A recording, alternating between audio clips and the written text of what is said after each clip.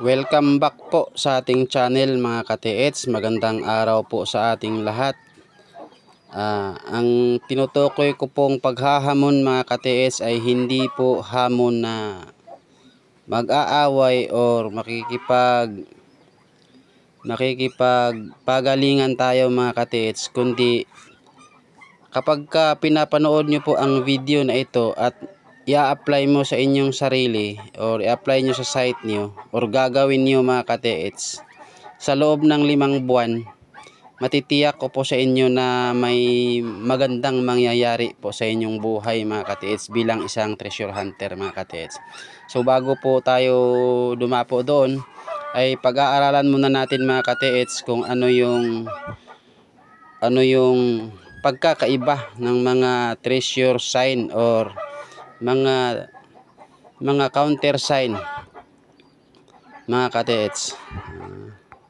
Maligayang pagbabalik po sa ating channel mga ka-TH. Magandang araw po sa ating lahat.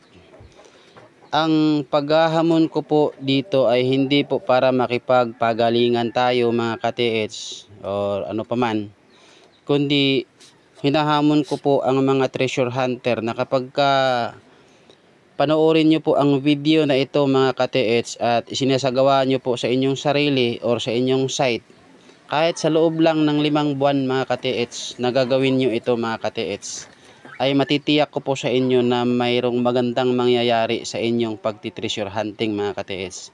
Kaya simulan na po natin mga ka-TH ang video na ito.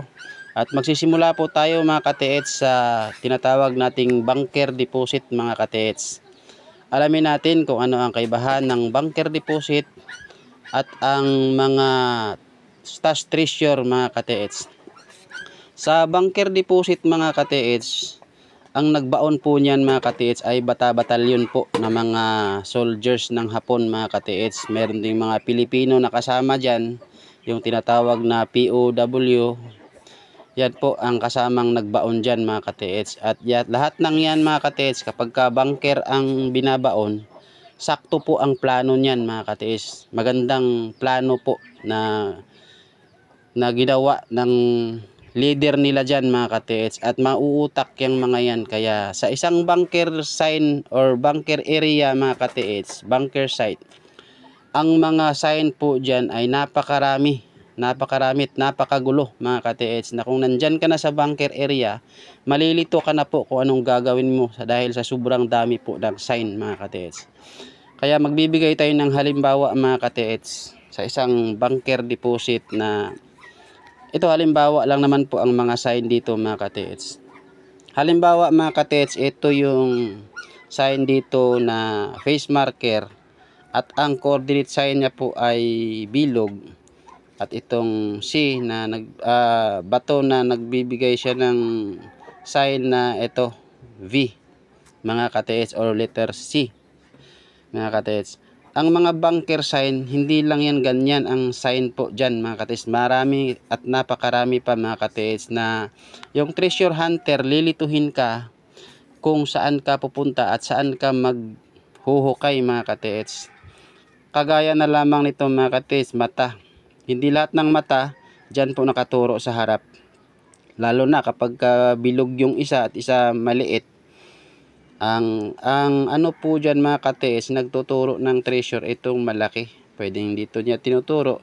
At ito namang counter sign niya, pinapasa niya dyan doon sa huling marka mga ka-TH, na yung tinatawag natin na ending point mga ka-TH. Yung last na marker na makikita mo, yan po yung ending point mga ka-TH. Ano ba yung benchmarker mga ka-TH? Ang ibang tawag po dito mga ka-TH ng benchmarker ay, ang ibang tawag po dyan, central point. Ang iba naman, fulcrum point, control, reference marker, or starting point. Pero mas ako po dyan sa starting point mga ka-TH. At ang tawag naman dito sa counter sign, ang ibang tawag po dyan ay coordinate sign, trail sign, or trail marker mga ka-TH. Ang huli naman itong confirmation sign, ending point na yan mga ka-TH. Nandito na, ito na yung huling sign na nagtuturo ng deposit or dig site mga ka-TH. Pero kalimutan na po natin yan at babalik po tayo doon sa sinasabi ko na 5 buwan lang po na kapag ginawa nyo ito at ina-apply nyo ito sa inyong sarili ay maaari kayong maka-hit mga ka-TH. So ang gagawin nyo po, itong lahat ng ito mga ka-TH ay bunker deposit po yan. Bunker. Ang gagawin nyo, iiwan nyo po yan. Huwag nyo pong galawin yan. Huwag nyo pong pakialaman yan. Pupunta kayo sa labas ng perimeter nya mga ka-TH. Lalayo kayo. Nasa mga ang lalayuan nyo po mga ka-TH or pupuntahan nyo. Mula sa bunker deposit na yan, pupunta kayo sa nasa mga 300 meters or hanggang 500 meters ang layo. Bakit ko sinabing lumayo kayo? Kasi dito mga ka-TH sa area na ito, sa bunker site na ito mga ka-TH, may hirapan tayong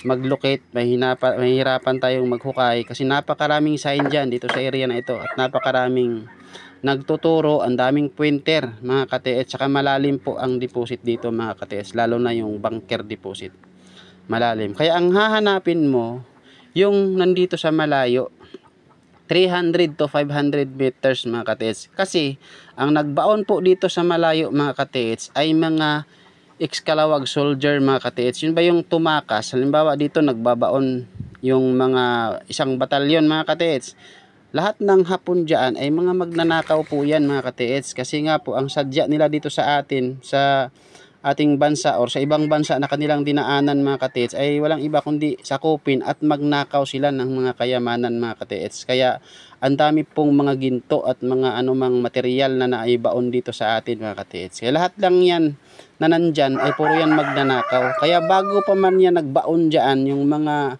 batalyon dyan, batalyon na tao, yung iba ay tumakas na yan doon sa malayo, nagkukunwari, nag-CR sila or anuman ang dahilan nila, basta't lumabas yan sa perimeter. Lumayo yan sila at doon sila nagbaon mga ka-TH sa malayo. 300 to 500 meters. Mga individual soldiers po yan mga ka-TH na ayaw nilang makita ng kanilang leader na mayroon silang dala na kanilang kanya-kanya. Hindi naman malaki pero malaking bagay na rin po yan. Malaking halaga na po yan mga ka-TH. Kaya nagbaon yan sila mga ka-TH doon sa mga ilog. Sa mga ilog, maliliit na sapa o yung mga creek mga ka-TH na magkakaroon lang po ng tubig kung uulan mga ka-TH. Doon yan nila binabaon. At ang mga sign doon mga ka-TH ay isang halimbawa na doon ng mga sign na nilagay ng mga individual soldiers na yan ay mga ganito. Bato na chinichisil nila yung ganito na mamukhang C po yan mga ka-TH. Yan, magmukhang C. At kapag ka nakakakita ka ng ganyan mga ka-TH na bato na nag letter C, mayroong chisel dito mga ka-TH, pupunta ka po dito mga ka-TH. Pupunta ka po dyan sa harapan, natitiyak ko po sa iyo na mayroong bato dyan mga ka-TH. At dito ka maghuhukay mga ka-TH. Maaring sa gilid, maaring ibinaon sa bato. Pero mahihirapan sila mga ka-TH kung ibaon pa nila sa bato kasi nagmamadali po yan sila. Kaya maaring isisiksik lang nila yan dyan sa gilid or maaring 1 meter mula dito sa bato. Basta't nandyan lang yan sa palibot mga ka-TH. Yan po ang madali ang pagbaon ng mga ex-Kalawag soldiers na patakas. Kasi kapag umalis yan sila sa grupo mga ka-TH, hindi magtatagal, hinahanap yan sila ng kanilang kasamahan. Kaya madalian ang pagbaon yan mga ka-TH. Kaya magchisil lang yan ng mga maliliit na letter C, na mukhang letter C. Magchisil lang yan ng mabilisan kasi hinahanap na yan sila maya-maya konti ng kanilang kasamahan. Kaya hindi maganda ang pagkagawa nito mga ka-TH kasi isang tao lang ang gumawa, maaaring 2 or 3. Hindi po yan maganda ang pagkagawa. Kaya kikilatisin nyo po sa ilog na yun mga ka-TH na makakakita kayo ng mga ganun na nag-letter C. Na kung i-imagine mo, itong bato dapat na ito i-connection papunta yan dito. Pero tinibag nila yan. Maaaring hindi ganito kaganda, basta tinibag. Basta't makita nyo po tinibag, yun po ay talagang ginalaw po yan ng tao mga ka-TH. Kaya yan po ang pinakamadaling hanapin na treasure kasi lahat ng ganito mga ka-TH may kinakaharap yan na bato. Doon po kayo maghanap sa bato na yan, yung tinuro niya mga ka-TH. Iba naman mga ka-TH, ang ginawa nila ay itong bilog na butas. Yan. butas yan mga katiits, maaring 3 to 4 inches diameter, maaring 6 din, depende sa kaya nilang gawin sa madali ang oras na kanilang pagbabaon. Ganon din mga katiits, ito, kapag mayroon ito, may bato yan sa palibot. Maaring may coordinate sign na maliit, maaring wala, maaring kumpas lang ang gagamitin mo mga katiits. At tinuro ko na yan sa video ko na nauna mga katiits. Pag-aralan mo po yun at panoorin mo po yun mga katiits. Kaya kung wala kang makitang coordinate sign dito or bungi dito mga katiits sa gilid, kapag minsan may bungi yan dito, ganun, may bungi. Kapag walang bungi mga katiits, ay maghanap ka na ng bato at gamitin mo yung kumpas mo at haharap ka ng direksyon na gusto mo, east, west, or kahit anong direksyon na gusto mo na kadalasan may binabaon mga katiits, doon ka po haharap mga katiits. At doon ka mag-locate at maghanap ng bato or anuman na maaring, kung walang bato mga katiits, maaring dig site na po ang tinuturo niya mga katiits. Kapag may bungi or may deform dito or tabingi, dito yung direksyon niya mga katiits. Diyan ka po maghahanap. Yung iba naman mga katiits na sign ay ito, yung guhit na maliit. Maaring maliit, maaring 3 inches, 4 inches, 5 hanggang 7 inches. Merong ganyan mga katiits. Kapag maliit na guhit mga katiits, malapit lang yan dyan. Maaring dito siya papunta, maaring sa kabila, at maaring hindi rin dyan sa dalawang side na yan, maaring dito or dito. Basta't may guhit, ibig sabihin may laman ang lugar. Ikaw na pong bahalang mag-locate, ikaw na pong bahalang mag-reading, basta't may makikita ka dyan sa palibot na yan mga katiits. At itong triangle naman mga katiits, madalas ko pong nakikita ito sa treasure site na ganito konektado ang pagkagawa. Hindi yung magkahiwalay ang bawat side. Kapag konektado mga katiits, maaring nandyan lang yan sa palibot. Malapit lang po yan sa kanya mga katiits. Hindi na po yan lalayo. Maaring nandito lang, kung sa bato po ito nakalagay mga katiits, maaring nandito lang din sa bato nakalagay yung deposit na maliit mga katiits. Maaring siniksik, maaring ibinaon sa bato, maaring dinaganan ng bato, or anuman ang pamaraan ng pagbaon niya, basta't nandyan lang yan mga katiits. Ang iba naman ay medyo maliit na butas, yung dot lang po mga katiits. Ngunit ang dot na ito mga katiits, nilagay po nila yan sa mga bato na may shape mga katiits. Halimbawa yung dot na yan nilagay nila sa bilog na bato mga katiits. Ano nang nangyayari mga katiits? Yung ibig sabihin niya po niyan mga katiits, under po, under. Or kapag nakalagay po yan sa triangle mga katiits na bato, yan, under pa rin po siya mga katiits. Or nilagay yan sa heart na bato mga katiits, under pa rin po yan. Kaya yung mga dot na yan, minsan nilagay yan, madali ang paglalagay sa mga may shape na bato, yung may figura na bato, na yung mga treasure sign din na bato mga katiits. Kaya kapag nakakakita kayo ng dot dyan mga katiits, silipin mo agad yung bato. Silipin mo, kilatisin mo, suriin mo kung saan siya nagtuturo, kung may binigay ba siyang direksyon mga katiits. Kagaya na lamang nitong triangle, ito pointer, ito mga katiits, pwedeng direksyon. Kaya malapit lang dito ang object mga katiits. Kaya ilan lang po yan sa mga sign na makikita natin sa area na malayo doon sa bunker deposit mga katiits. Iilan lang po yan. Kapag nakita nyo yung ganyan mga katiits, madalian lang yan ang pagkuha nyan. Kasi maaring dinaganan, maaring inipit or siniksik lang yan dyan sa bato mga katiits.